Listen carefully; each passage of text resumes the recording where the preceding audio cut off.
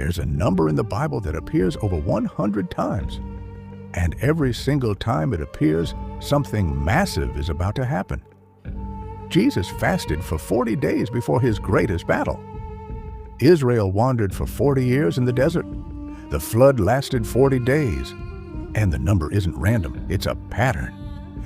Here's what 40 really means and why it shows up in your life. A number that appears over 100 times in the Bible. And I'm not talking about random mentions. Every time this number appears, it marks a major moment, a turning point, a test, a transformation. The number is 40. Jesus fasted for 40 days in the wilderness before his ministry began. Moses was on Mount Sinai for 40 days, receiving the 10 Commandments. Israel wandered for 40 years in the desert after leaving Egypt. Noah's flood lasted 40 days and 40 nights. Jesus rose from the dead and appeared to his disciples for 40 days before ascending to heaven. And it's not just the Bible. 40 weeks equals human pregnancy.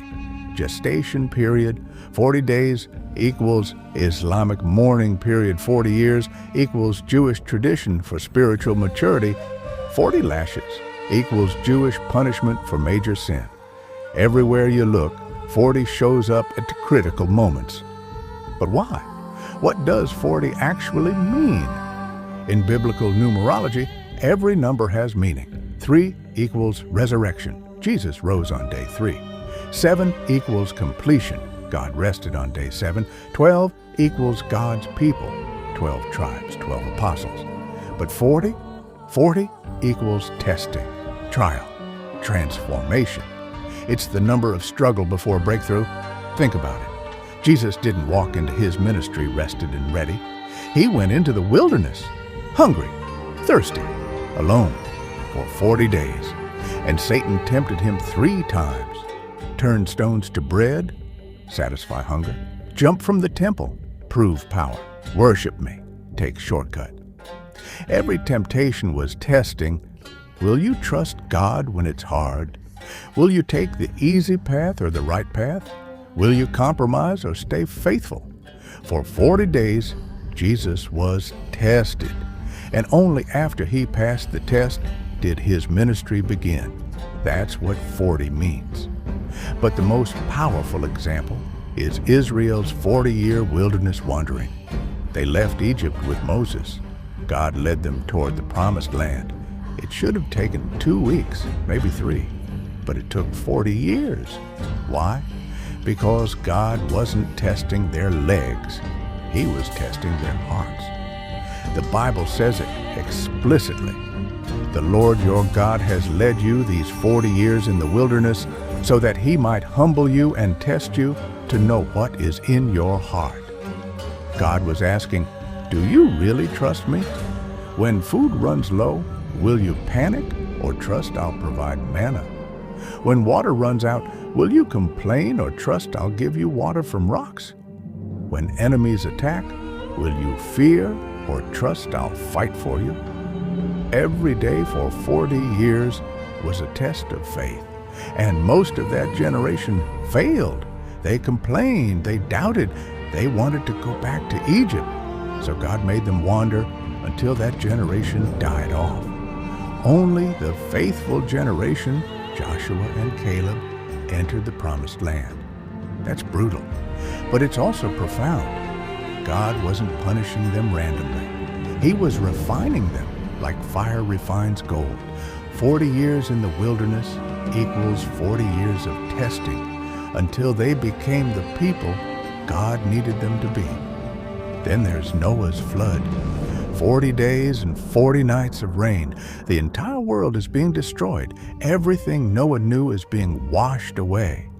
But Noah, he's in the ark. He trusts. For 40 days, the world is being judged. For 40 days, everything old is dying. And on day 40, the rain stops and something new begins. A new world, a new humanity, a new covenant. The 40 days wasn't just destruction. It was transformation, death and rebirth, ending and beginning. But here's where it gets mind-blowing. After Jesus rose from the dead, he appeared to his disciples for 40 days.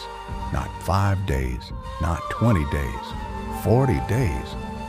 During those 40 days, Jesus was preparing them, teaching them, commissioning them, transforming them from scared disciples into bold apostles. And on day 40, he ascended to heaven, and the disciples changed. They went from hiding in locked rooms to boldly proclaiming Jesus publicly. 40 days of preparation equals complete transformation. So here's the question, where is your 40? Because the pattern is clear. 40 equals testing before breakthrough. 40 equals trial before transformation. 40 equals wilderness before promised land. 40 equals death before resurrection. In your life, right now, are you in a 40? Are you in a season of struggle? A season of testing? A season where everything is hard and you're wondering, when does this end? Here's what the Bible is telling you. You're not being punished. You're being refined. You're not in a punishment period. You're in a preparation period. The 40 is working something in you that success could never work. Wilderness teaches you dependence. Struggle teaches you faith. Testing teaches you character. And when your 40 is over, when you pass the test, when you stay faithful, when you trust, something shifts. You change. You become someone new, like Jesus after the wilderness, like Israel after the desert, like Noah after the flood. But here's the uncomfortable part. Most people quit before day 40. They quit on day 30 thinking, this is taking too long.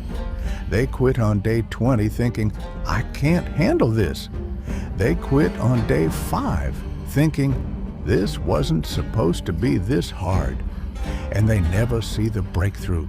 They never see the transformation. They never reach the promised land because they quit in the wilderness. So the question isn't, when will my 40 end?